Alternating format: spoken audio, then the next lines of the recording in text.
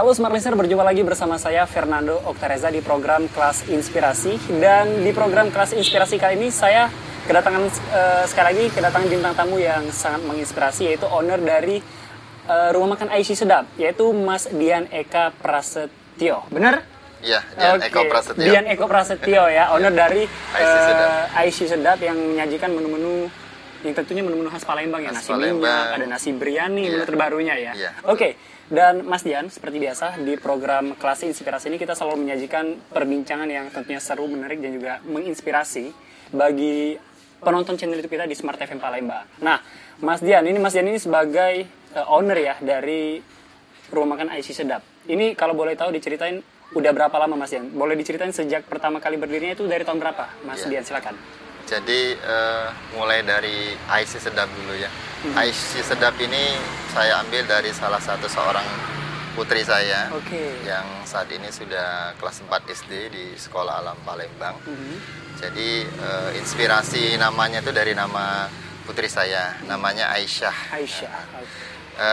Memang sebelum menjadi bisnis kuliner, usaha yang sebelumnya juga tuh ada di bidang butik ya. Ini kalau dulunya ini memang bekas butik, namanya Aishi Collection namanya. Aishi Collection. Belakangan ini waktu itu sebelum menjadi sebuah brand produk kuliner itu didahului dulu dengan gerakan sosial atau gerakan sedekah. Makanya awal-awal itu namanya sedekah nasi minyak. Sedekah nasi minyak. Jadi sedekah nasi minyak ini sebetulnya gerakan berbagi sembari kita melestarikan kuliner khas Palembang ya, ini ya nasi minyak itu, Mas Nando. Alhamdulillah sampai dengan sekarang untuk nasi minyak sendiri, gerakan sedekah nasi minyak sendiri sudah jalan. Dan tadi habis kegiatan juga, habis subuh kita habis mendistribusikan amanah dari teman-teman juga ke ya warga-warga atau masyarakat yang ketika keluar dari rumah mencari rezeki itu jadi target kita ya, kayak tukang sapu jalanan, tukang beca gitu kan. Tadi juga ke pesantren Tahfiz juga di KM 12. Nah, alhamdulillah Aishi Sedap ya, baru kita masuk ke Aishi Sedap. Dia mengambil segmen tersendiri. Tersendiri artinya kita ini berbeda dengan yang lain. Mungkin ada tempat untuk penyajiannya, tapi saat ini Aishi Sedap dia delivery order. Lebih fokus ke ini ya, online ya. Jadi pemasarannya online. Kalau anak-anak muda suka bilangnya sekarang konsep model bisnisnya Ghost Resto. Baik.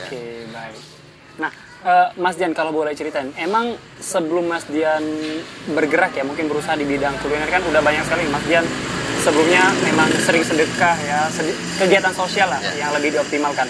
Kalau boleh tahu basic Mas Dian sebelum bergerak di bidang kuliner ini basicnya sebagai apa Mas Dian?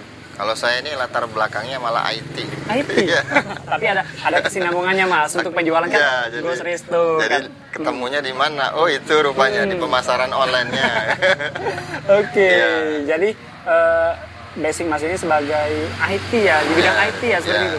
Ini Mas Dian mendirikan usaha ini sendirian atau bareng istri atau gimana? Jadi kami usahanya couple-planner sebetulnya. Istri ini lebih fokus memang dia bagian kualitinya, bagian produksinya. Sedangkan memang pemasaran, manajemennya saya yang ngurusinnya gitu. Sedangkan tim saat ini ada 4 orang. Alhamdulillah kita kerjasama tim, berbagi peran dan berbagi tugas. Jadi yang katanya hari ini kalau menjalankan bisnis sesama saudara atau keluarga itu tidak bisa, ini kita coba justru lebih sehati ya, lebih menjiwai ya. Baik. Nah, itu.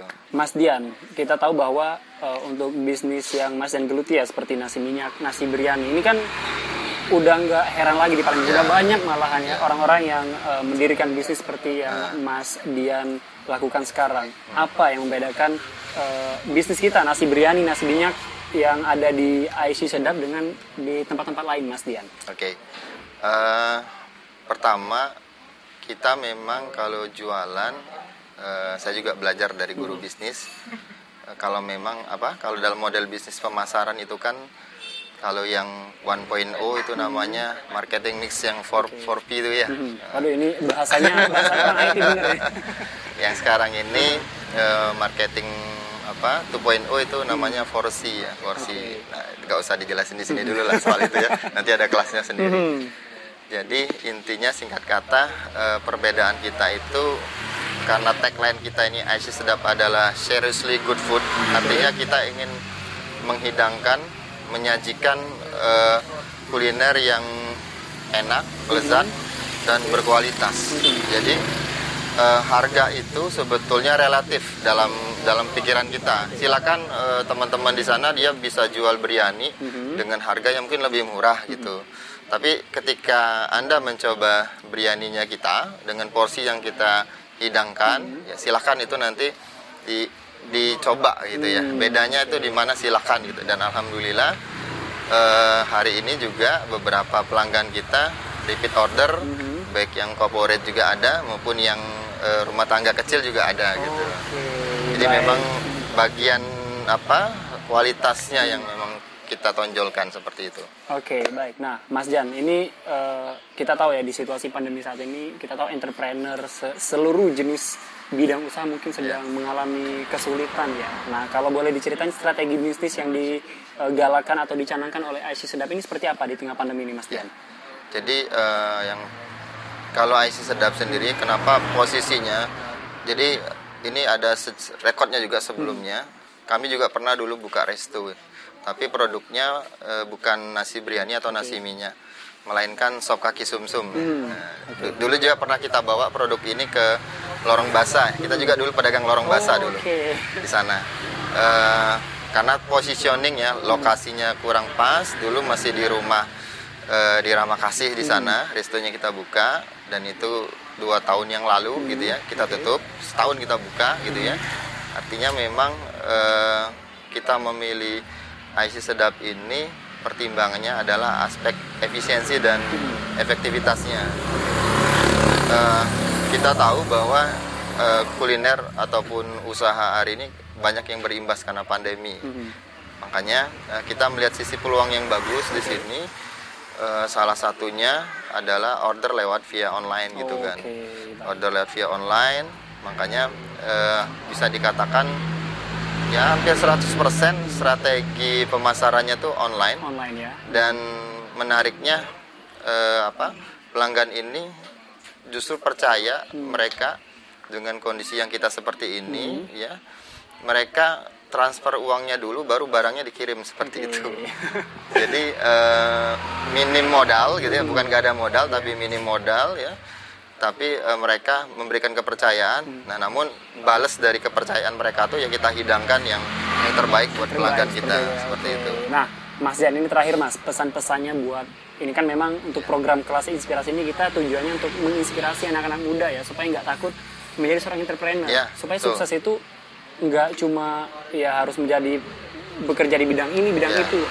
Ternyata menjadi seorang entrepreneur juga bisa sukses seperti Mas Dian sekarang. Nah, inspirasinya Mas Dian buat anak-anak muda zaman sekarang, silakan Mas. Baik. Pesan-pesannya ya. Baik, buat teman-teman semua, hari ini terbentang luas peluang dan kesempatan buat kita semua. Beda dulu zamannya orang tua kita, ya akses informasi begitu sangat sulit. Modal utamanya sebetulnya kemauan dan memiliki cita-cita yang kuat.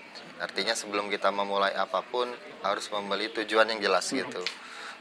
Bahkan kalau memang perlu digambarkan kira-kira dibuat jangka panjangnya seperti apa. Tahun ini saya ingin ini, tahun kedua saya sudah ini, tahun ketiga bagi yang anak muda saya mau nikah gitu kan. Artinya dia akan memberikan dorongan yang kuat ketika kita memiliki alasan yang kuat, terutama untuk bisa membahagiakan orang yang kita cintai di sekitar kita seperti itu. Wow. Pesan yang sangat menginspirasi Smart Listener dari Mas Dian. Mas Dian, makasih banyak. Ya, sama-sama Mas udah Tandu. Berbagi inspirasi di program Kelas Inspirasi. Semoga pesan-pesan yang Mas Dian sampaikan tadi dapat mungkin masuk ya ke benak para penonton channel YouTube Smart FM Palembang. Smart Listener, demikian program Kelas Inspirasi kali ini. Saya Fernando Teresa pamit. Terima kasih dan sukses untuk Anda.